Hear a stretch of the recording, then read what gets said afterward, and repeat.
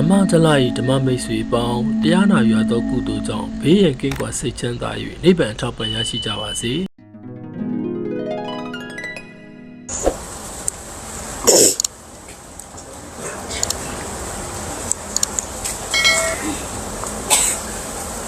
တရားမောခင်တရားမနာခင်ဗုဒ္ဓဘာသာဝင်တို့ရဲ့အကျိုးတရားပြည်သောအနန္တနန္ဒ၅ပါးကိုရှိခိုးကြပါစို့ကိုယ်ရရှိအတိုင်းနောက်ကလည်းဆိုကြဗုဒ္ဓဂုဏံတာကေသံအဟံဝန္ဒမိပါဗျာဤလူဘဝအရာတော်သည်မြတ်ဗျာဤဂုံကိုဤယိုသေးမြတ်နိုးလဆုံးမို့ရှေခိုးပါဤဗျာဓမ္မဂုဏံတာကေသံအဟံဝန္ဒမိပါဗျာဤလူဘဝအရာတော်သည်တရားတော်မြတ်ဤဂုံကိုဤယိုသေးမြတ်နိုးလဆုံးမို့ရှေခိုးပါဤဗျာသံဃာဂုဏံတာကေသံအဟံဝန္ဒမိပါဗျာဤလူဘဝအရာတော်သည်သံဃာတော်မြတ်ဤဂုံကိုဤယိုသေးမြတ်နိုးလဆုံးမို့ရှေခိုးပါဤဗျာမာတာပိတုဂုဏံတာကေသံအဟံဝန္ဒမိပါဗျာဤလူဘဝအရာတော်သည်မိဘနှစ်ပါးဤဂုံကိုဤယိုသေးမြတ်နိုးလဆုံးမို့ရှေခိုးပါဤဗျာအာစရိယဂုဏံတာကေသံအဟံဝန္ဒမိပါဗျာဤလူဘဝအရာတော်သည်ဆရာသမားများဤဂုံကိုဤယိုသေးမြတ်နိုးလဆုံးမို့ရှေခိုးပါဤဗျာသာ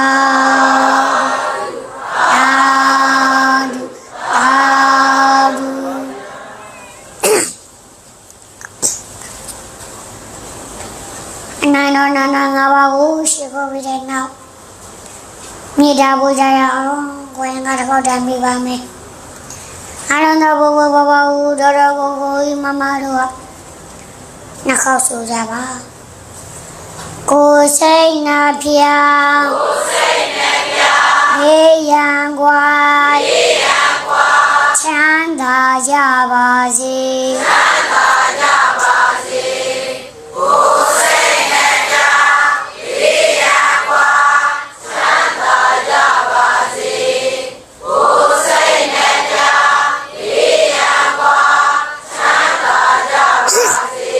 မြေတာနှလုံးကိုစီတော်ရွှင်ပြုံးကြပါစေမြေတာနှလုံး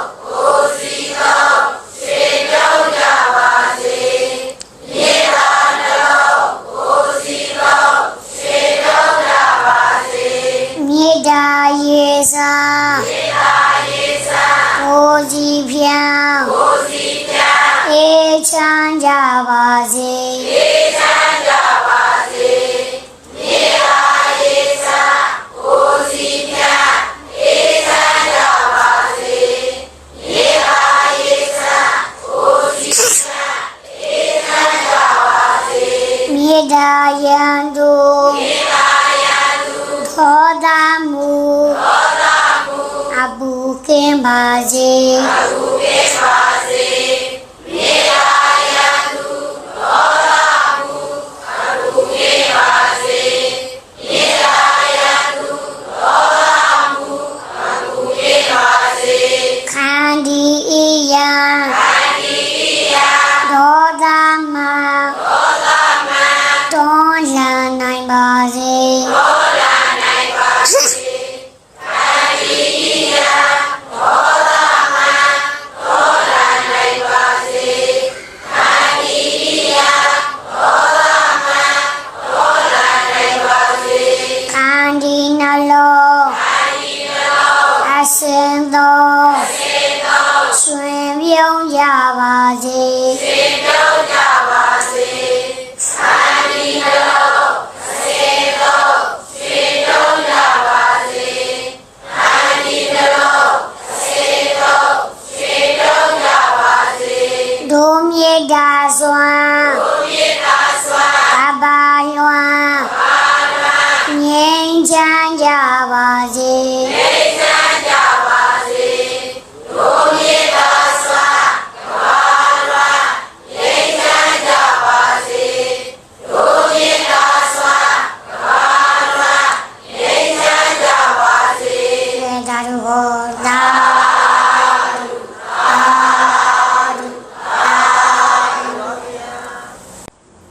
မြတ်စွာဘုရားရှင်ဟောကြားတဲ့တရားတော်နဲ့အညီဘယ်လိုတွေလူရမယ်ဘယ်လိုစိတ်တွေထားရမယ်စိတ်ထားပုံနေအားရရှောင်းနေမိလူရမလူတဲ့ဘက်နဲ့ရဟန္တာပန်းသားလူရင်တခါကြလေကုသိုလ်လို့တာပြောတာအကုသိုလ်ဖြစ်နေတယ်မရှိဘူးလားရှိပါရဲ့ဗျာတဲ့မှာရှိတာပေါ့အဲ့တော့များများပဲဂျပန်နိုင်ငံကအားဒါနဲ့အားဒါကိုအကြောင်းပြုပြီးတော့ဂျပန်နိုင်ငံကပညာရှင်တယောက်ကဆရာတော်ကြီးထံပညာတတ်တဲ့ဆရာတော်ကြီးထံလာပြီးတော့လျှောက်တယ်ရှင်ဘုရားတဲ့ဒါနတော်ဘောကဝါအလူဒါနပြုလုပ်တဲ့ပုဂ္ဂိုလ်တွေဟာဘောကဝါជីវဥစ္စာជីវချမ်းသာတယ်တဲ့အဲဒါရင်ရှင်ဘုရားတို့မြန်မာနိုင်ငံကအလူရည်စားလမ်းနာမှာကွာလူသားနေကြပြီမဲ့မကြီးဝါမတိုးတတ်တာတွေအများကြီးပဲဗျာအဖြစ်လို့လေဒီဆရာတော်ကြီးကတခါကြီးတဲ့လူလို့ချမ်းသာတာတော့ဟုတ်တယ်တဲ့ဒါပေမဲ့မလူတတ်လို့ပေါ့မြတ်စွာဘုရားရှင်ဟောကြားတယ်တရားတော်နဲ့အညီမလူတတ်လို့အကြောင်းတွေကတော့အများကြီးရှိတယ်ဒါပေမဲ့အကြီးက3ချက်ကိုပြောမယ်ပေါ့ပြောပါ3ချက်လေအကြီးက3ချက်ပါဗျာတော်တော်များများဘယ်လိုလူကြလဲဘယ်လိုတွေဖြစ်နေကြလဲဆိုတာကိုပြောပြမယ်ဆိုတော့နံပါတ်1အလူဒါနပြုတဲ့အခါမှာအကုသိုလ်တွေရောပြီးတော့ကုသိုလ်လုံးနေတာတွေလည်းရှိတယ်လူကြတယ်နံပါတ်2အလူဒါနပြုတဲ့အခါမှာရှောင်ကျင်ရမယ့်ဒါနတွေကိုမရှောင်ကျင်မဲနဲ့လူနေတာတွေပြုလုပ်နေတာရှိတယ်နံပါတ်3ဆောင်ရမယ့်ဒါနတွေကိုမဆောင်မနဲ့အလူဒါနပြုနေတာတွေရှိတယ်။ဘယ်နှချက်တော့နံပါတ်1ကပါ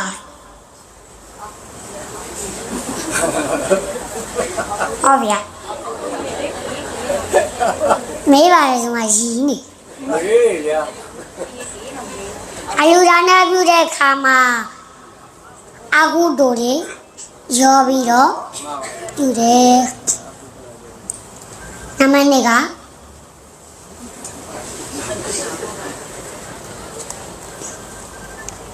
စဉ်းစားပါဦးအချိန်ရှိပါသေးရဲ့နော်ပြောင်းနေတော့တိုင်းမင်းကြောက်ခဲနမနေကပါလေနော်နမနေကြတော့လူဒါနပြုတဲ့ခါမှာရှောင်ကျင်ရမယ်ဒါနတွေကိုမရှောင်ကျင်မဲနဲ့ပြုနေတာရှိတယ်မှားတာနော်နောက်တစ်ခေါက်ပြန်မေးမယ်နံပါတ်3ကဆောင်ရမယ့်ဒါနတွေကိုမဆောင်မဲနဲ့အလူဒါနပြုနေတာတွေရှိတယ်အမေပြီလား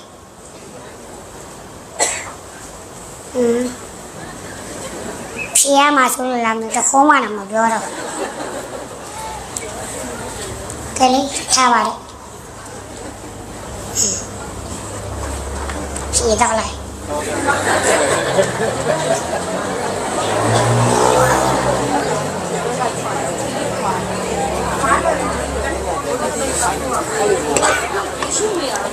ရှေ့ဘက်ကလေးလား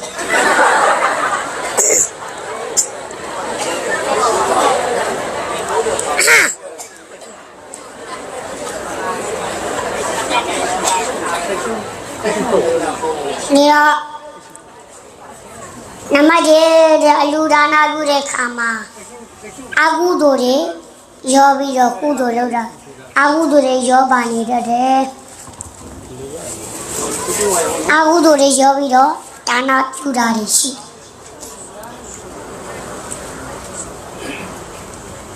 ကုသလံဓမ္မံပဋိစ္စအကုသလောဓမ္မောဥပ္ပိသတိကုသလံဓမ္မံကုသိုလ်တရားတွေကိုပဋိစ္စအကြောင်းပြု၍ဆွဲ၍အကုသလောဓမ္မောအကုသိုလ်တရားတို့သည်ဥပ္ပိသတိဖြစ်၏လူတိုင်းတော့ကုသိုလ်ရတယ်ဒါပေမဲ့တချို့တလေကြတော့အလူဝဲလို့ဆိုပေမဲ့အလူမဟုတ်တာတွေရှိတယ်အလူဝဲဆိုပေမဲ့အလူမဟုတ်တာတွေရှိကုတော်တော်များများနောက်ပါရှိမလဲမင်္ဂလာဆောင်ကတိနောက်ပါရှိပြီရပါချက်ပြုတ်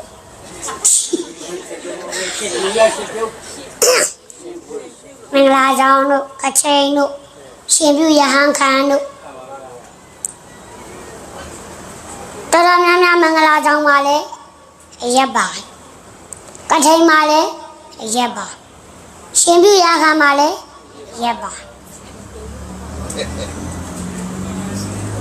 အဲ့တော့စဉ်းစားကြည့်မင်္ဂလာဆောင်ပါဆရာတော်တန်ဃာတော်တွေပင့်ဖိတ်ပြီးတော့ဆံကတ်ကုသိုလ်တော်လုပ်တယ်အရက်တိုက်တော့အကုသိုလ်ပါမပါပါဘူးလားပါတော့နောက်ကချိန်လေဒီတိုင်းပဲအရက်တွေကျွေးတယ်အရက်တွေတိုက်တယ်ရှင်ပြုရဟန်းကနေလေဒီတိုင်းပဲနော်အရက်ကမပါမဖြစ်ဖြစ်တချို့လူဝဲတွေမှာဆိုရင်လေကြက်တွေသားရဲတွေသားစိတ်တွေသားဝတ်တွေသားအဲ့ဒီလိုသားပြီးတော့လူတာတွေမရှိဘူးလားရှိပါဗျာအတိုင်းငါးရင်လူမယ်ပေါ့တိုင်းငါးရင်လူမယ်ဆိုရင်ကြက်တွေသားဝတ်တွေသားဘဲတွေသားစိတ်တွေသားအရက်တွေကလည်းတိုက်ဆိုတော့အဖြူအမဲရောတဲ့ကံဖြစ်နေတာပေါ့ပြောပါကံဖြစ်နေကုသိုလ်ကိုအကြောင်းပြုပြီးတော့အကုသိုလ်တွေဖြစ်တယ်အတိုင်းငါရင်ကတ်မယ်ဆိုရင်တော့မနော်ဘေးကရောင်းချတဲ့ပန်းတကူသားကိုယ်တိုင်းမတတ်ပဲနဲ့သူများရောင်းကြတဲ့အသားကိုဝယ်ကတာအကောင်းဆုံးအလူပွဲတွေမှာအရှင်ပြုရဟန်းကနေမှာကထိန်နေမှာ မင်္ဂလာတော်ဒီမှာအရက်ဒီတိုင်းနော်တင်များတဲ့တပ်ပြီးလှူအဲ့ဒီလိုလှူတော့ကိုယ့်ရဲ့ဌာနကစဉ်းစားကြည့်လေအကျိုးပေးတန်ပါအောင်မလားတန်ပါဘူးဗျာအကုသိုလ်တွေလည်းပါနေတယ်ကုသိုလ်လည်းရောနေကုသိုလ်နဲ့အကုသိုလ်နှစ်ခုရောနေတော့ဥပမာဘာနဲ့တူလဲဆိုတော့လေထဲမှာအစဘာဆိုင်တယ်အဲ့ဒီစဘာခင်းထဲမှာပေါင်းမြတ်တွေရောအမိုက်တရိုက်တွေရောနှောနေမယ်ဆိုရင်ဘလောက်ပဲဓာတ်စာကြွေကြွေကိုမှန်းထားတဲ့လောက်ဒီစဘာအထွက်တော့ပါမလားမတူဘူးဘာဖြစ်လို့လဲပေါင်းမြတ်တွေအမိုက်တရိုက်တွေနဲ့ရောနေရိုင်နဲ့ခွဲစားနေရတယ်ဖြစ်ဒါကြောင့်ရှိလူကြီးပဲလေကုသိုလ်တပည့်ငရဲတပိတ်တော့လူဘိုးတော့မခတ်ဘူးနော်လူဘိုးတော့ခတ်ရလားမခတ်ဘူးအဲ့ဒီလိုမျိုးလူတတ်ဖို့မလို့ကြောင့်ညီမလူရမှာတော့အလူပွဲမှာအကုသိုလ်တွေမပါစေဘူးဥဒရများများအဲ့လိုမျိုးတွေအတူစက်ကြတဲ့ဘဲတဲ့ဝတ်တဲ့အရက်ကလည်းနေရာတကာပါတယ်နော်အရက်တွေတိုင်းအဖြူအမဲရောတဲ့ကံဖြစ်နေတာပေါ့အဲ့ဒါကြောင့်မို့လို့ဒီအကျိုးကတရားရာခိုင်နှုန်းပေးမဲ့အကျိုးကအဲ့ဒီလိုအကုသိုလ်တွေပါသွားတော့90ရာခိုင်နှုန်းလောက်ပဲပေးတော့အပြည့်ဝအကျိုးတမအောင်မလားမပါဘူးဗျာအကျိုးမလာတော့ဒါကြောင့်လူတဲ့အခါမှာအကုသိုလ်တွေမရောစေဖို့တပါးရင်မရောစေဘူးအကုသိုလ်တွေမရောစေဘူးပါဗျာအကုသိုလ်တွေမရောစေဘူးကုသိုလ်ဆိုလဲကုသိုလ်တတ်တာကြီးပဲလူဖို့မလူဘူးပါဗျာလူရဲ့လူကဘူးလူတဲ့ဘုရားတော့ခတ်တရားမူကသားရင်ငါရင်နေကချင်နေဆိုရင်တော့မနော်ဘေးကရောင်ကြတဲ့အနကုသားတို့ဝေကတာကောင်းနေအားကြောင့်တချို့ရှိဝင်တို့ကြားဘူးတချို့ကြတယ်လေသူတို့မီးလေးတွေကိုရှင်လူရန်ခံပေးကြအဲ့တော့ဘာကြောင့်က4-5နှစ်လောက်စုရမစုရဘူးလားအမပြေဆုံးတဲ့သူတို့ဆို4-5နှစ်လောက်စုရအဲ့ဒီ4-5နှစ်တွင်ပတ်စံမပြေဘူးဆိုရင်ကိုမရှိရလက်ဝဲလက်စားတို့လဲတို့ဒါရောင်းချပြီးတော့စိုက်ရတယ်အဲ့ဒီလို4-5နှစ်လောက်စုပြီးတော့ရှင်ပြုရဟန်းခံလုပ်တယ်ဒါအိတယောက်ပြောတာကြားဘူးတယ်ဟောဗျာတဲ့တပည့်တော်နောက်တပည့်တော်မီးလေးတွေကိုရှင်ပြုရဟန်းခံပေးခြင်းလို့4-5နှစ်လောက်ပတ်စံစုပတ်စံစုတာမပြည့်လို့တပည့်တော်လဲတဲ့အေကပါရောင်းပြီးတော့ရှင်ပြုရဟန်းခံအဲ့ဒီထဲမှာဗျာအရက်ဘိုးက30လောက်ကုန်တယ်မလေးပါစဉ်းစားကြည့်လေ4-5နှစ်လောက်စုထားတဲ့ဟာမကုန်သင့်တဲ့အရာကုန်သွားတာဒါနှမျိုးကိုခေါ်တော့မကောင်းဘူးလားမှန်ပါဗျာအဲ့ဒီလိုရက်ဖို့ဝင်မဲ့ကြာဆရာတော်သံဃာတော်တွေတပါး9သိန်းလောက်ယူလိုက်ဘယ်လောက်ကုလို့ရဒီအရက်ဘိုးက30လောက်ကွာကုသိုလ်တပည့်ငရဲတပိတ်တာလို့ဖြစ်အဖြူအမဲရောနေတာပေါ့ကိုယ့်ရဲ့ကုသိုလ်ကအကျိုးပေးမှတန်တော့အဲ့ဒီလိုအကုသိုလ်ကပါလာတော့ဒါကြောင့်လူတဲ့အခါမှာကုသိုလ်တတ်ကြီးပဲလူဖို့မလူဘူးလားလူပါဗျာ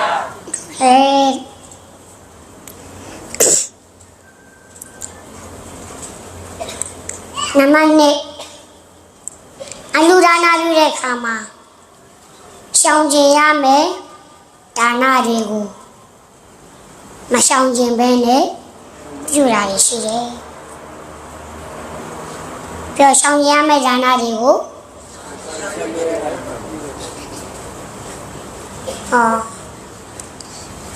ပြောတာအမရှိပါဆံရမိုက်တာ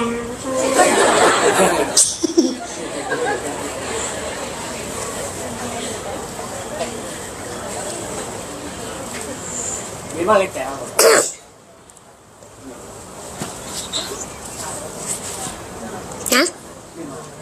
ထိုင်ရှောင်းခြင်းရမယ့်ဒါန5မျိုးရှိပြရှောင်းခြင်းရမယ့်ဒါနဘာနှမျိုး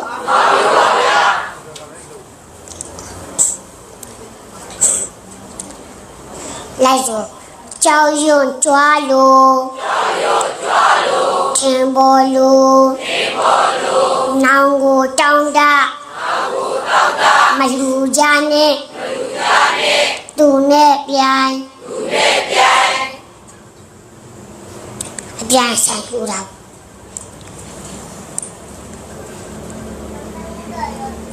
ချောင်းကျမ်းမဲ့ဒါန5မျိုးနံပါတ်1ကကြောက်ရွံ့လို့လူတာနံပါတ်2ကကြွားဝါရင်လို့လူတာနံပါတ်3ကထင်ပေါ်ကြော်ကြားရင်လို့လူတာနံပါတ်4ကနောင်တတပံနောင်တရပြီးတော့လူရတာပေါ့နံပါတ်5ကျတော့အပြိုင်အဆိုင်လူတာကြောက်ရင်မီလူတယ်ဆိုတာကတခြားမဟုတ်သူတစ်ပါးကကိုယ်ကဲ့ရဲ့မှာကြောက်လို့လှူတာပြောပါလေတော့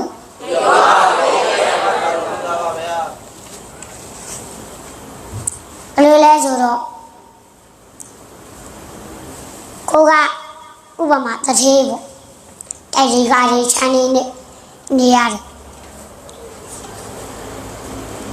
ကိုလိုမျိုးအစင်မပြေတဲ့လူကအလူလာခံတဲ့ခံမှာ9000ယူလိုက်ခါဒီချိန်မှာကိုကဟာငါတဲ့အစင်မပြေတဲ့လူတော်မှပဲ9000လူသူလူချင်တာကလည်း9000ပဲဒါပေမဲ့သူ့ကိုသူများတွေကကဲ့ရဲ့မှာကြောက်လို့9000လူလိုက်ရင်ငါ့ကိုဒီကောင်ကဘာမှမဟုတ်ပါဘူးကစေးကုန်တာနော်သူတဲ့အစင်မပြေတဲ့လူတော်မှကြည်တာ9000လူတာသူကြတော့တသေးဖြစ်ပြီးတော့ကြည်တာ9000ပဲလူတယ်အဲဒီလိုကဲ့ရဲ့မှာကြောက်လို့ကဲဝါတသိန်းလူလိုက်မှာကဲအဲဒီလူတွေလည်းမရှိဘူးလားရှိအဲဒီလိုသူတစ်ပါးကဲ့ရဲ့မှာကြောက်လို့အဲဒီလိုမျိုးမလူရဘူးတဲ့ရှောင်းခြင်းကကြောက်ရွံ့တဲ့စိတ်နဲ့မလူရစေရနာတရားတရားနဲ့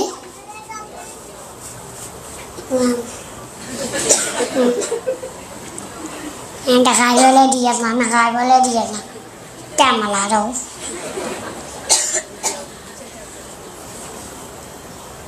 နမနေကကြွားဝါခြင်းနဲ့စိတ်နဲ့လူဒန်းတာမလုပ်အောင်တချို့ကတော်တော်များများကြွားခြင်းနဲ့စိတ်နဲ့ငါဘယ်လောက်လူတာဟဲ့ငါရှင်ပြရန်ကမှငါလာတယ်ငါစင်နဲ့ပြုတ်ပေးတာဟဲ့မြင်းနဲ့ပြုတ်ပေးတာဟဲ့အားကြတော့တန်ဃာတော်တွေဘယ်လောက်လူတာဟဲ့ကျောင်းဘယ်လောက်ကြီးလူတာဟဲ့လုံးလုံးကြွားဝါပြီးတော့လူတာတွေမရှိဘူးလားရှိတယ်အဲဒီလိုလူရမှာလားရှောင်ရမှာရှောင်ရကြွားဝါပြီးတော့မလူရစေရနာတရားတရားမရှိဘဲနဲ့ကြွားရင်လို့ဝါရင်လို့လူတာမျိုးမဖြစ်စေရဘူးတဲ့ဟာလေလားဟာလေနောက်နံပါတ်3ကထင်ပေါ်ကြော်ကြားခြင်းလို့မလူရဘူး။အဲပါပြီခြင်းလို့ထင်ပေါ်ကြော်ကြားခြင်းလို့မလူရဘူး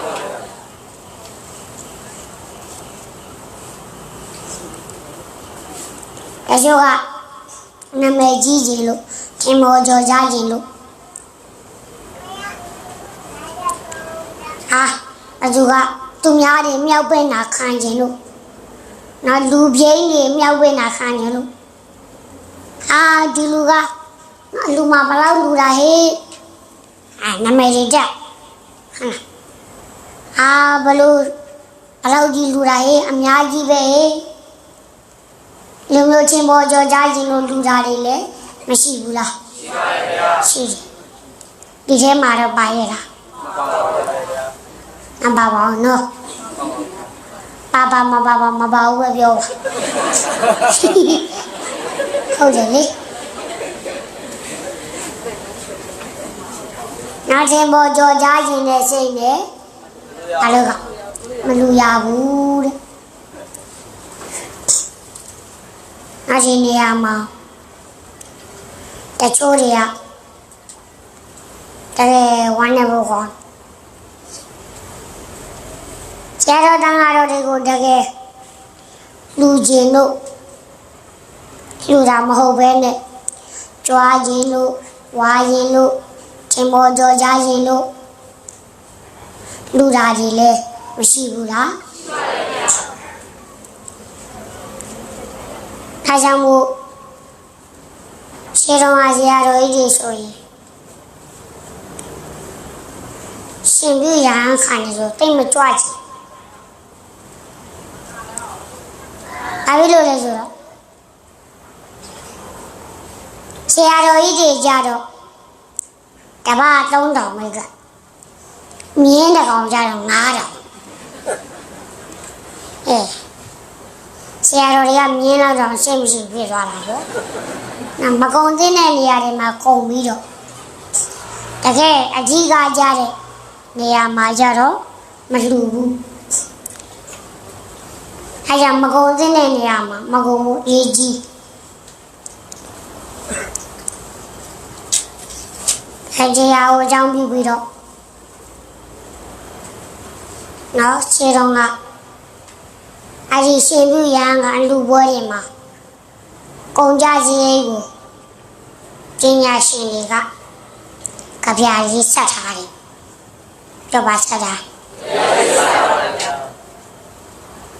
လိုက်ရရှာရှိတော့ကနော်ရွာစားငါးတာ6000ပါ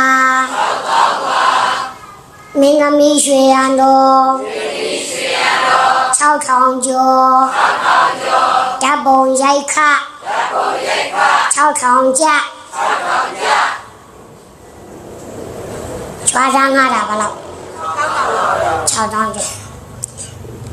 ကျွားသားဆိုတာကိုရှင်းတော့ကဒီဆိုင်တွေဝိုင်းတွေပြောတဲ့ကြီးတွေဒါတွေငါတာပေါ့ဘလောက်တော့6000အဲဒီဆိုင်တွေဝိုင်းတွေပြောတဲ့ကြီးတွေမှာချော်ဝေးတဲ့အတွက်မင်းသမီးကိုရန်တော်တွေအောက်ကားဖို့ခေါင်းဖို့တီးဆိုးဖို့မင်းသမီးတွေဒါတွေကဘလောက်တော့6000ကျော်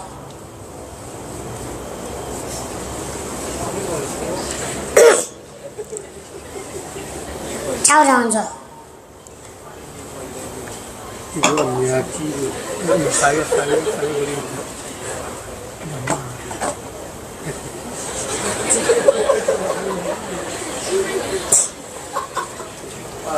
ဒီဆိုင်တွေဝိုင်းတွေမှာဖြိုပေးဖို့တီးဆိုဖို့အတွက်ကိုရန်တော်တွေနာဟာစားတွေဤစရာတွေဒါတွေကဘလောက်6000နောက်ဟောရင်လောင်းဝိဆုံပေါ့ကြပါဝိဆုံနော်မဂိုက်တို့ဆလွယ်တို့ခေါင်းပေါင်းတို့ပစိုးတို့အင်ကြီးတို့ဒါတွေကြတော့ဘယ်လောက်ကြလဲဆိုတော့9000ပြောဘယ်လောက်ကြ9000မကုံသိတဲ့နေရာတွေမှာကုန်တာဆရာတော်တန်ဃာတော်တွေကြတော့ဘယ်လောက်ကတ်တယ်လဲဆိုတော့50ရှင်းတော့မှာနော်ပြောဘယ်လောက်ကတ်50ကျွေးမွေးစရိတ်ကြတော့9000နဲ့အစိတ်ကျွေးမွေးစရိတ်ကဘယ်လောက်9000နဲ့အစိတ်ပါဗျာတကယ်စိတ်ညစ်ဖို့ကောင်းတယ်နော်ဆရာတော်တန်ဃာတော်တွေကြတော့ 50ပဲကတ်တယ် အဲ့ပေါင်းလား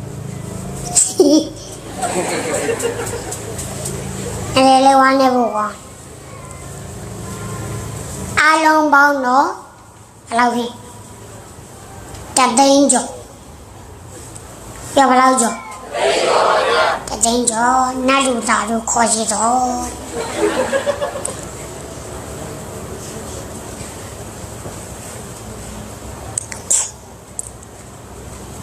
ရွာသားငါးတာက6တောင်းမင်းသမီးကိုရံတော်တွေကဘယ်လောက်ကြီး6တောင်း6တောင်း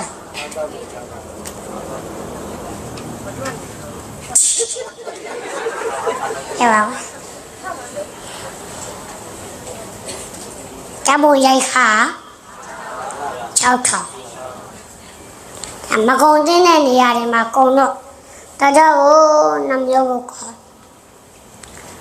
အဲ့ဒီအလူပွဲတွေကိုကြည်လိုက်ကုသိုလ်ကတဝက်လောက်ပဲရှိအာဟုလောကတဝက်အဖြူအမဲရောနေတာရွာသားငါးတာလေဒါကုသိုလ်ဟုတ်ရဲ့လားဟုတ်ပါဘူးဗျာရောက်လာတဲ့အပရိသတ်တွေကိုဖြောပြေဖို့သူတို့ကြည့်ဖို့အတွက်ငါးလာပေါ့တော်ရုံတန်ရုံဆိုတော်ရောပေါ့မဟုတ်ဘူးမကုံတဲ့နေရာတွေရတော့အကုန်လုပ်ပြီးတော့တကယ်အဓိကကြတယ်ကိုရင်တွေကိုရှင်ရဟန်းဖြစ်အောင်ပြုပေးတဲ့ဆရာတော်တွေကြတော့50တဲ့ရှင်းလေရှင်းတာကြီးဟိုတော့ဘဝလေးဆိုဘယ်လောက်ကမှာအဲ့ထားပါဒါကြောင့်မို့လို့လူတဲ့ကမှာကြွားဝါလူတဲ့စိတ်နဲ့ချင်းပေါ်ကြောကြနေတဲ့စိတ်နဲ့လူရမှာလားရှောင်ကြရမှာလားမြင်ရမယ်နောက်နံပါတ်4ရနောင်တရပြီးတော့မလူရကိုကအလူပွဲမှာတိန်း100လူလိုက်တယ်ကိုလူနိုင်တာကသိန်း50တဲ့အဲ့ဒါကိုအကျွေးတွေချီးပြီးတော့သိန်း100လူလိုက်နောက်တော့ပြန်စဉ်းစားကြည့်တော့ကွာတားပါကွာကျွေးသိန်း50တင်သွားပြီအဲ့လိုလူမဲ့စားဆိုင်ရတဲ့ကြီးလောက်ဝယ်လိုက်ကောင်းတာနောင်တတွေရလူရဲ့ကမှလည်းကိုနိုင်တယ်လို့ကိုတက်နိုင်တယ်လို့ပဲအဖြစ်ရမှာလူရရမယ်နော်မနိုင်မနေနောက်သူများတွေလူမျိုး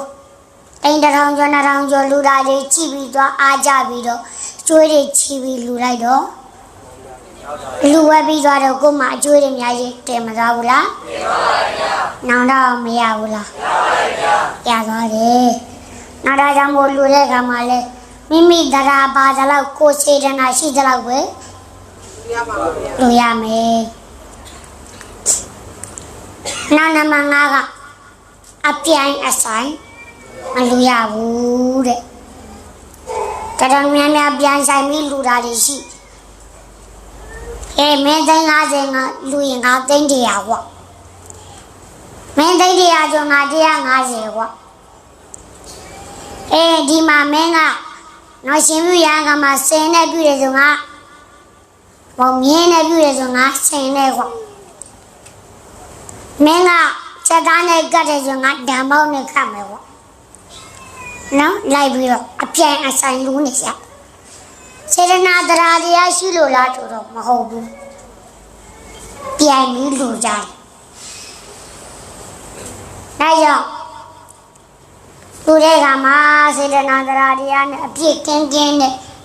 တန်တရှင်းရင်ဖြူဖြူချင်းနဲ့လူဖို့မလိုဘူးလားလိုပါရဲ့ဗျာလိုတယ်အကြီးတို့ကြွားဝါခြင်းတို့သူများကဲရမှာကြောက်လို့ထင်မောကြောကြခြင်းလို့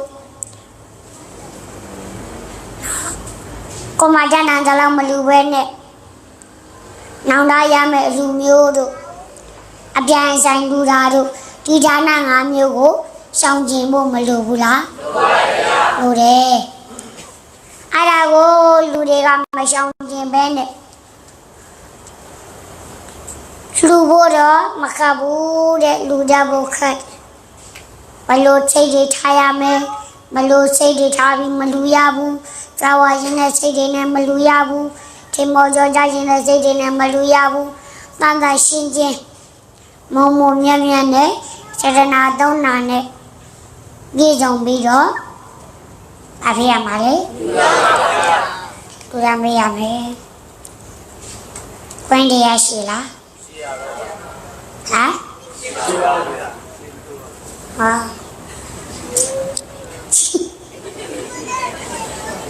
ပြောရတာလားအားမရှိတော့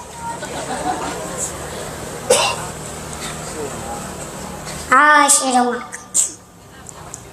ဘုန်းကြီးတပါးတရားတော်တော်ဟောကြီးသူတကားဟောရင်လည်းကြာကြီးပဲရွာသားတွေကသူ့အကြောင်းတီးတော့တရားလာမနာကြဘုန်းကြီးကတရားတအားဟောကြီးရကြနေကြတော့ဘေးရွာကအဖေနဲ့တားတယောက်က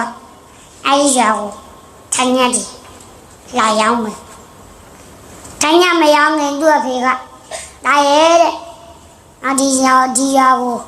လဲနေလာတာပေါ့လေနော်ထိုင်ရမရောက်ရင်ရွာကိုကြောင်းစီရတော့ထိုင်ရလေးရှူလိုက်ပါအောင်မယ်ဆိုပြီးတော့ကြောင်းပေါ်တက်တခါတည်းဘုန်းကြီးကဝမ်းသာနေတရားဟောရတယ်မဆိုဘူးပြောပါချင်းဘာဖြစ်ရမှာမို့ဝမ်းသာနာတရားထိုင်ရလဲလူပြီးတော့ကြီးကတခါကြီးရဲ့တဲ့အထိုင်ရလူရတဲ့ဘုန်းကြီးထိုင်ရအနုမောဒနာတရားလေးဟောမယ်ပြောပါလေရတော့ခါမှမပြောဘူးထိုင်ရအနုမောဒနာဆိုပြီးတော့ဟောလိုက်တာနေကင်း12နာရီနဲ့စဟောလိုက်တာညနေ4နာရီတော့မပြီးသေးဘူးတရားကျန်နေကင်းဘယ်လောက်ကနေစဟောညနေပဲထိရောက်ပြီးပြီမပြီးသေးဘူးတရားသူသားကအဖေဒီမှာနွားတွေယုံနေပြီမြင်မြန်လာတော့ဒါရဲ့အဖေလေကိုတိုင်းနဲ့ကိုကန်ရှိပဲလေတော့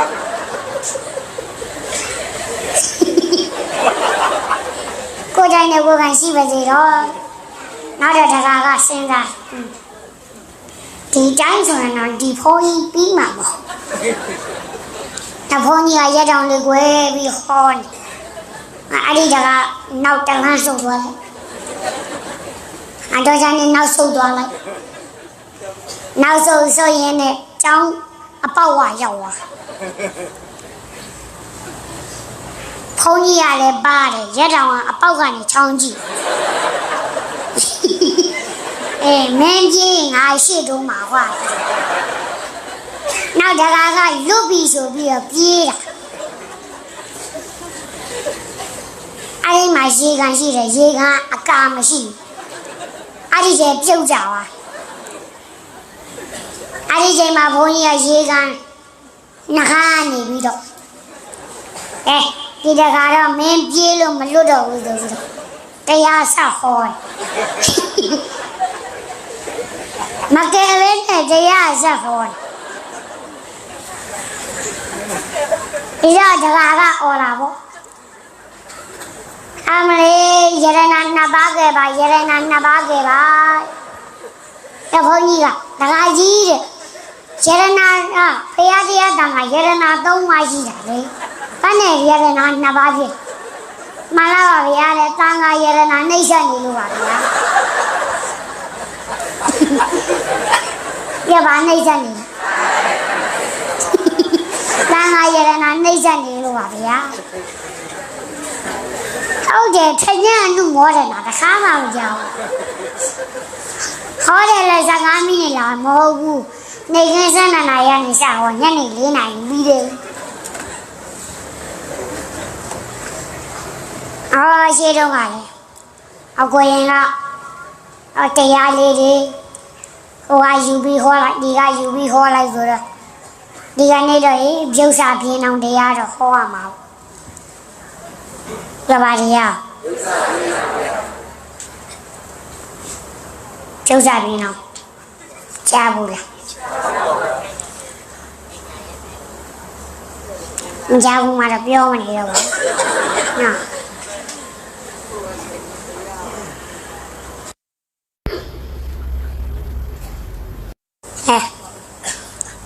တရားပဲရောက်သွားနောက်ကြွားဝါရင်လို့ကျင်ပေါ်ရင်လို့နောင်တရမယ့်အလူမျိုးကိုအဖေရဘူးမလူရဘူးမိမိတန်တန်တလောက်ကလေးပဲလူတိုင်းရမယ်အပြိုင်အဆိုင်မလူရဘူးတဲ့ဒါကြောင့်မို့ဒီရှောင်ရမယ့်ဒါန၅မျိုးကိုမရှောင်ဘဲနဲ့လူတဲ့အတွက်အဒီပုဂ္ဂိုလ်တွေဟာမကြည်ဘွားမချမ်းသာတာကုသိုလ်ရဒါပေမဲ့အဖြူအမဲရောနေတော့ကုသိုလ်ကအကျိုးပေးမတန်တော့ဘူးခဏမှတော့ဆောင်ရမယ့်ဒါန၅မျိုးရောဆောင်ရမယ်ဆောင်ရမယ့်ဒါန၅မျိုးနမတိလိုက်ဆိုအလူရှင်မှာကျင်းဒီလားကောင်းစွာပြေဝရပေမည်အလူရှင်မှာကျင်းဒီလားကောင်းစွာပြေဝရပေမည်ဆိုကြည့်ပါအလူရှင်မှာကျင်းဒီလားကောင်းစွာပြေဝရပေမည်လူရှင်မှာသေဒီလားကောင်းစွာပြေဝရပေမည်လူရနဲ့ကမှာတဲ့အလူရှင်ဖြစ်တဲ့ပုဂ္ဂိုလ်ကဘာနဲ့ပြည့်စုံရမလဲသေဒီလားနဲ့ပြည့်စုံရမယ်အနာဒီဘာသာသူကြမတတ်ရဘူးဒါရင်းနာဒါနာသူတော်ပြည့်စုံမခိုးရဘူး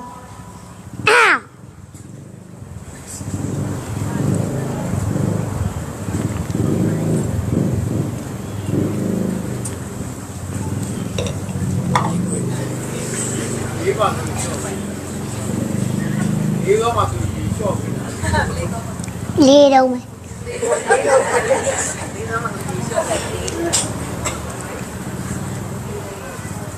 အရင်နာဒါနာဒီတော့ပြီးချင်းမကိုရဘူးကာမတုမဇာဇာတာတွင်ရမလွန်ကျွရဘူးမူဒါဝါဒမူဒါစကားမပြောရဘူးတူတာမေရရအရက်တေတာနောက်ရအကရဲ့အလူရှင်ကအချင်းတေတာနဲ့မပြေဆုံးဘူးဆိုရင်ကိုလူတဲ့ဒါနအကျိုးကြီးပါမလားမကြည့်ဘူးဒါကြောင့်အလူရှင်ပြတဲ့ပုဂ္ဂိုလ်မှာပါပြေဆုံးရမယ်အချင်းဒီလားနဲ့ပြေဆုံးရမယ်အနမနေလိုက်ဆိုအလူခံလဲထိုတူပဲအမြဲဒီလားရှိရမည်အလူခံလဲထိုတူပဲအမြဲဒီလားရှိရမည်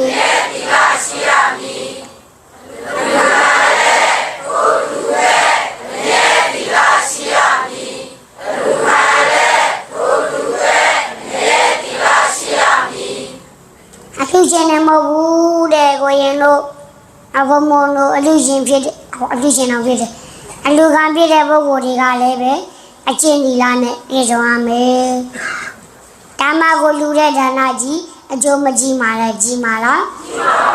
ကြီးမယ်နံပါတ်3လိုက်ဆိုလူဖွဲများပြ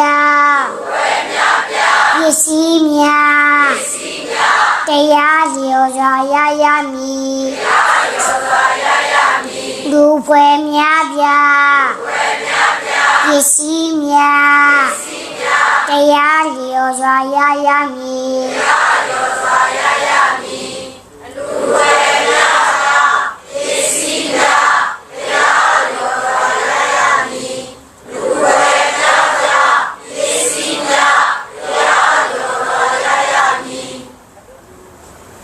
ကိုလူတဲ့ပစ္စည်းတွေကလည်းပဲတရားနဲ့အညီရတဲ့ပစ္စည်းဖြစ်ရမယ် ရပါပြရမလဲ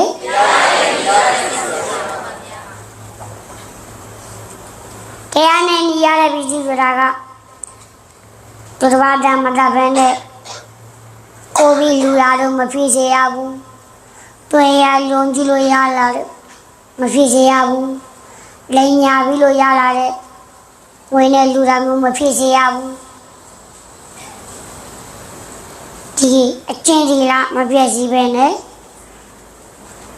ကိုမနော်တမဇီဝကြကြနဲ့စီဝါရေးရှာပြီးတော့တွားကြည့်လို့မျိုးလူရန်ရမယ်တဲ့တော်ဘာဒါတော်ဒီဘာပြည်စီခိုးတာတွေ့ရလုံးစုတာမူသားတွေကပြောရရစီတာဒီလိုမျိုးတွေနဲ့မလူရဘူးကိုလူတဲ့ပြည်ကြီးကအဖြစ်နေရမယ်ဟမ်တရားနဲ့အညီရတဲ့ပြည်ကြီးဖြစ်နေရမယ်အနမလေးလိုက်ဆိုကံအကျိုးမြတ်တန်တို့အာကိုယုံကြည်ရပေမည်ကံအကျိုးမြတ်တန်တို့အာကိုယုံကြည်ရပေမည်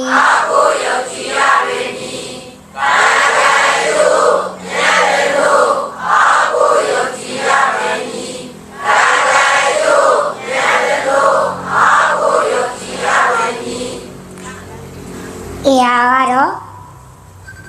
အဘုရားဘာသာမှန်ရင်ကံရဲ့အကျိုးကိုပြတ်သားစွာယုံကြည်တတ်ဖို့လိုတယ်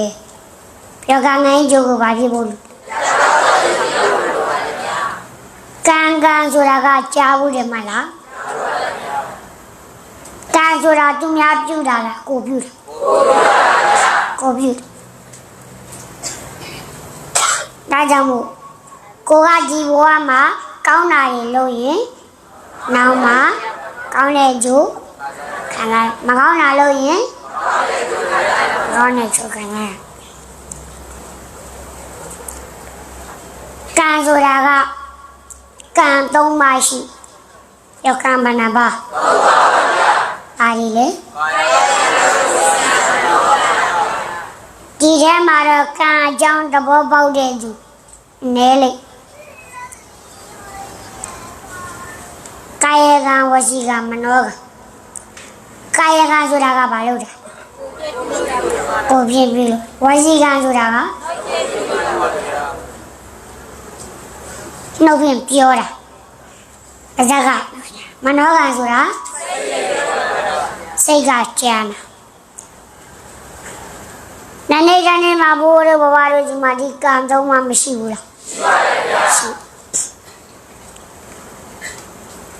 တနေ့မှာကိုစားဖို့တောက်ဖို့နေဖို့ထိုင်ဖို့သွားဖို့လာဖို့ငွေမရှာရဘူးလားရှာရပါတယ်ဗျာငွေရှာတဲ့အခါမှာလည်းပဲဒီကံသုံးမှမပါဘူးလားပါပါတယ်ဗျာငွေရှာတဲ့အခါမှာခန္ဓာကိုယ်ကြီးနဲ့ကောမပြုဘူးလားပြုပါတယ်ဗျာမဇ္ဇကကောပြုပါတယ်ဗျာပြောတယ်စိတ်ကကောမချမ်းဘူးလားချမ်းပါတယ်ဗျာဒီကာယကံဝစီကံမနောကံနေနဲ့ပြေလို့တယ်ပြောတယ်ကြံကြည့်လို့ငွေရလာပြီဆိုရင်စားကျင်တာတွေတောက်ကျင်တာတွေနေကျင်တာတွေထိုင်ကျင်တာတွေတွားကျင်တာတွေလာကျင်တာတွေဒီအကျိုးတွေရတယ်မခံစားရဘူးလားခံစားရပြောချင်တာကဘာလဲဆိုရင်ကိုယ်လုံးမှာကိုရကိုစားမှာကိုသွားမှာကိုရောက်ဘယ်သူမှပြုကိုပြုတဲ့ကံကိုထံပြန်ကိုကအကုသိုလ်တွေလုပ်ထားတယ်ဆိုရင်ကိုရဲ့မကောင်းတဲ့အကျိုးကိုအစားသူများကလာခံပေးရလားမရပါဘူးဗျာမရကိုကကုသိုလ်ကောင်းမှုတွေလုပ်ထားတယ်ဆိုရင်ကိုရဲ့ကောင်းတဲ့အကျိုးကိုဘာသူကလာဖြည့်ဆည်းလို့ရလဲမရပါဘူးဗျာဘာသူမှလာဖြည့်ဆည်းလို့မရဘူးအားကြောင့်မို့လိုက်ဆိုကောင်းပင်ပြိုးကကောင်းကျိုးရာလောကဓမ္မတာဆိုပင်ပြိုးက ဆိုကြရလောကဓမ္မတာ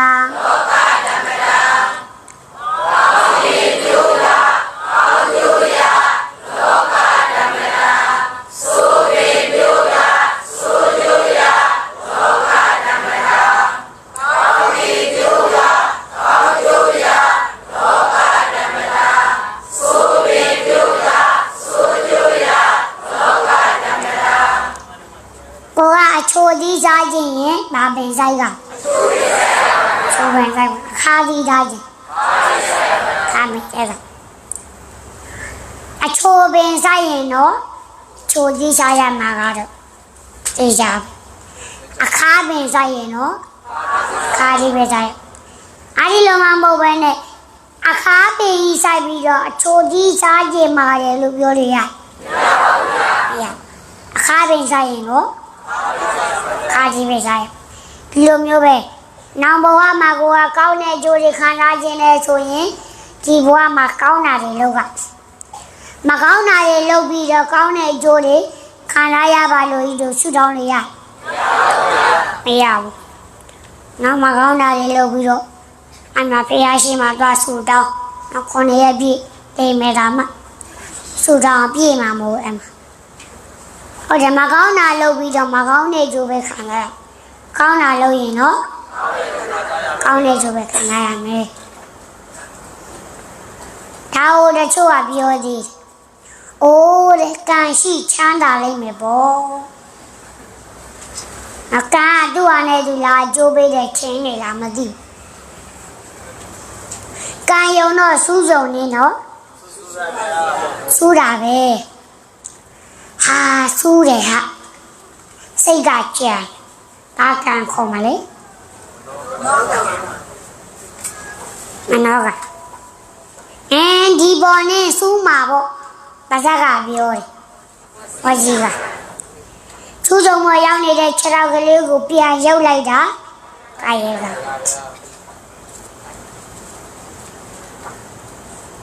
ါဟိုတကြွပြောသေးတယ်အိုးတဲ့ကံရှိစားရလိမ့်မယ်ပေါ့ဟောသူအနေနဲ့သူအကျိုးပေးတဲ့ချင်းနေလားတော့မသိပါဘူးတဲ့ကံရှိစားရလိမ့်မယ်ပေါ့သူပြောတဲ့အတိုင်းဖြစ်လားလုပ်ကြည့်ပေါ့နထမင်းအိုးထဲမှာထမင်းချက်တာလို့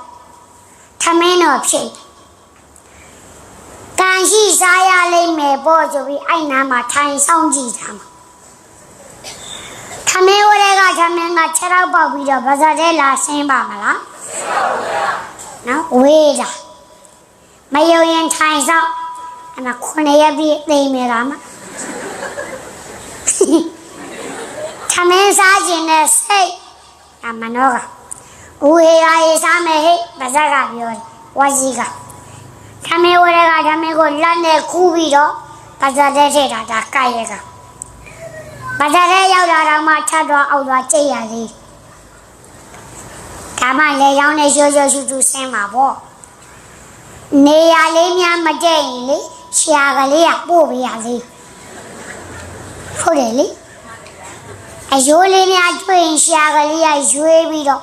နောက်နှခမ်းလေးနဲ့ကပ်ပြီးလက်ကလေးနဲ့ဖယ်ပြရသေးပြောချင်တာကဘာလဲဆိုကိုကကောင်းတာတွေလို့ရင်ကောင်းတဲ့ကျိုးပဲခံစားကိုကမကောင်းတာလုပ်တာကိုရဲ့မကောင်းတဲ့ကျိုးကိုဒီတစ်ပါးကအစားလာခံရဘူးဒါကြောင့်ငါတို့အခုလိုမျိုးလူတိုင်းရင်နောက်မှကောင်းကျိုးချမ်းသာတွေရလိမ့်မယ်ပြီးတော့ကံရဲ့ကျိုးကိုယုံကြည်ဖို့မလိုဘူးလားလိုပါရဲ့ဗျာဟုတ်တယ်နမငါလိုက်ဆိုစေရနာသုံးတန်ဆုံးပြေရှာထပ်သာအောင်မြင်ရပေမည်စေရနာသုံးတန်ဆုံးပြေရှာထပ်သာအောင်မြင်ရပေမည်စေရနာသုံးတန်ဆုံးပြေရှာထပ်သာအောင်မြင်ရပေမည်စေရနာသုံးတန်ဆုံးပြေရှာထပ်သာအောင်မြင်ရပေမည်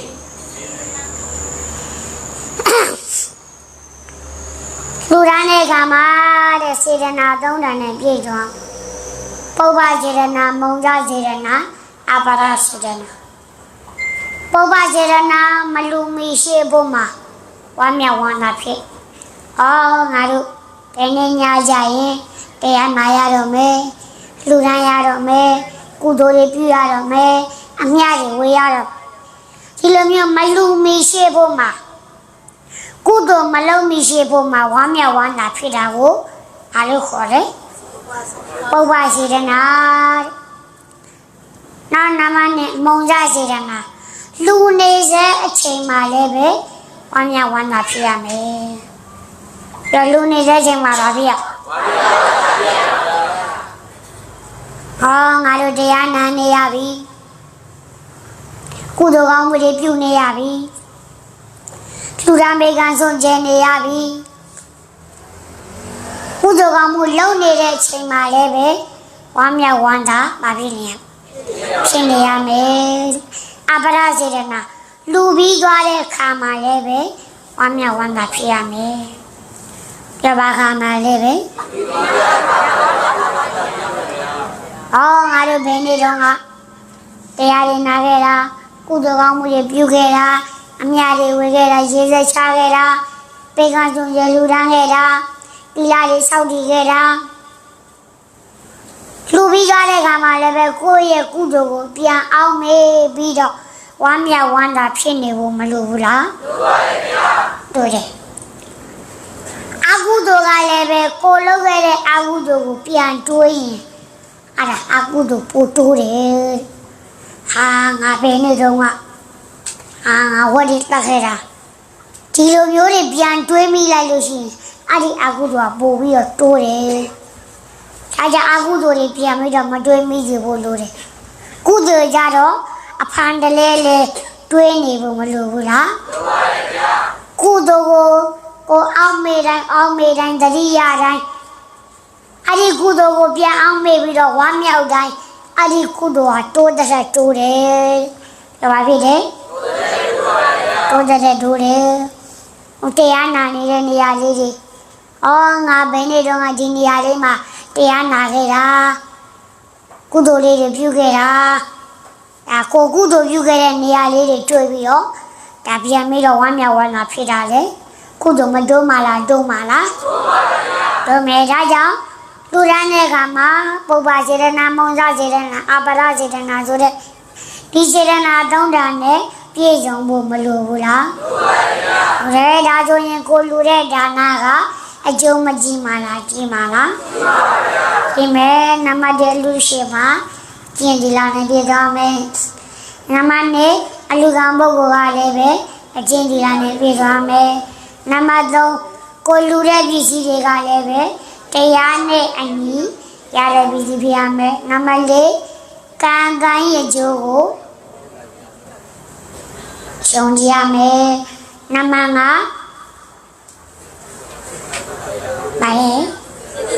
စေတနာသုံးတာနဲ့ပြည်သွားမယ်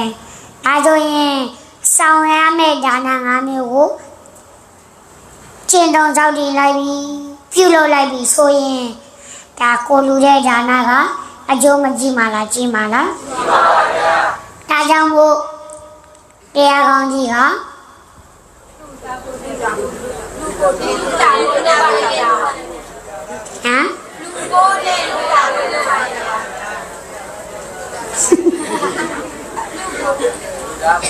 လူကိုမခါတခြားတိတ်မမှားပါနော်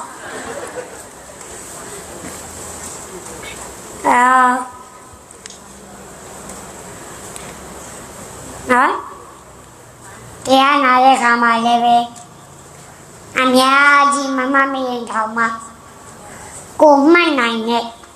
တရားလေးတွေကိုမှတ်သွားဖို့မလိုဘူးလားလိုပါတယ်ဗျာလိုတယ်ရှိတော့ကဖွားကြီးတယောက်တရားဝဲသွားနိုင်ဆရာတော်ကြီးကလင်္ကာဆောင်မှုလေးတွေတိုင်မိတာကောင်းတယ်ဆိုလို့အဲ့ဒီတရားနာပြီးတော့သူ့မီးလေးတွေကိုဒီကဗျာလေးနော်ဘ ഹു တုဒ္ဒအနေနဲ့ပြန်တိုင်ပေးမယ်ဆိုပြီးတရားသွားနာ ဖုန်းကြီးကဘာလင်ကလေးတိုင်ပေးလိုက်တယ်လေဆိုတော့တိုက်ဆိုတန်တရာချေတဝဲလေလေလွတ်မြောက်ကြောင်းတရားရှာစုွယ်တန်တရာချေတဝဲလေလေလွတ်မြောက်ကြောင်းတရားရှာစုွယ်ဆိုကြည့်ပါ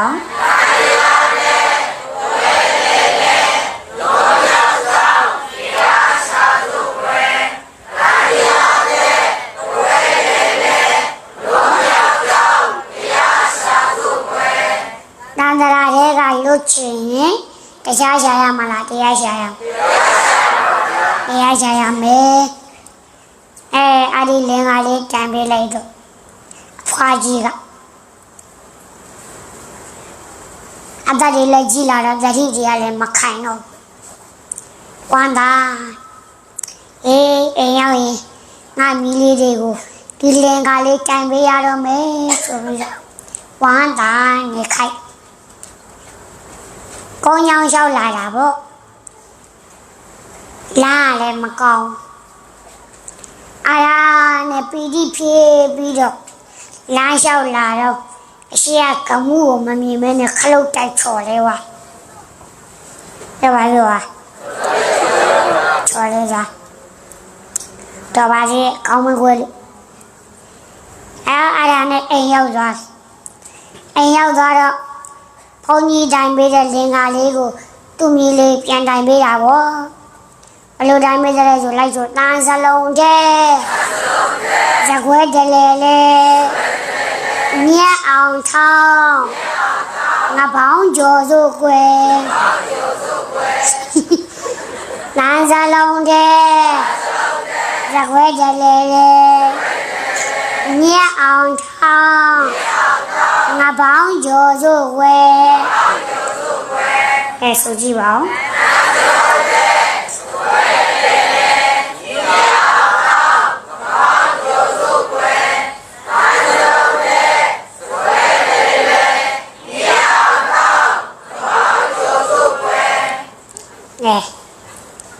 ဘုန်းကြီးတိုင်ပေးတာကတန်တရာကျဲတဝဲလေလေလွတ်မြောက်ကြောင်းတရားရှာစုွယ်အဲ့ဒီအဖွားကြီးကဘယ်လိုတိုင်ပေးလဲတန်စလုံးတဲ့တကွဲလေလေမြတ်အောင်တောင်းငါပေါင်းကြိုစုွယ်တဲ့တိတ်မမားပါဘူးနော်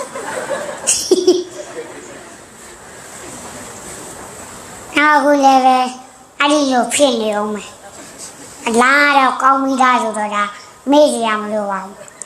။ကားနေဆိုတော့ပို့ပြီးတော့တော့မှမေ့စေတယ်နော်။အဲကြောင့်တရားကောင်းကြီးက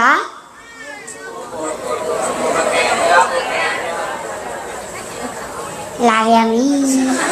။စားလာရရောချ။ဟာဝဲပါလား။လူဘမခါလူကြဘခါတဲ့ဒါကြောင့်မို့အလူရကြလနဲ့မကွာလူတန်းပေမဲ့မကြီးဝါမချလာဟာအလူရနာတူတဲ့ခမအကုသိုလ်တွေရောနှောနေလို့နောက်ရှောင်ရမယ်ဘဝကဲမှာကိုချောက်လူရနာမျိုးမဖြစ်စေရဘူးကြာဝါရင်တဲ့စိတ်နဲ့လူရနာမျိုးမဖြစ်စေရဘူးတင်မောကြောကြလို့တဲ့စိတ်နဲ့လူရနာမျိုးမဖြစ်စေရဘူးနောင်တရမယ်အလူမျိုးမဖြစ်စေရဘူး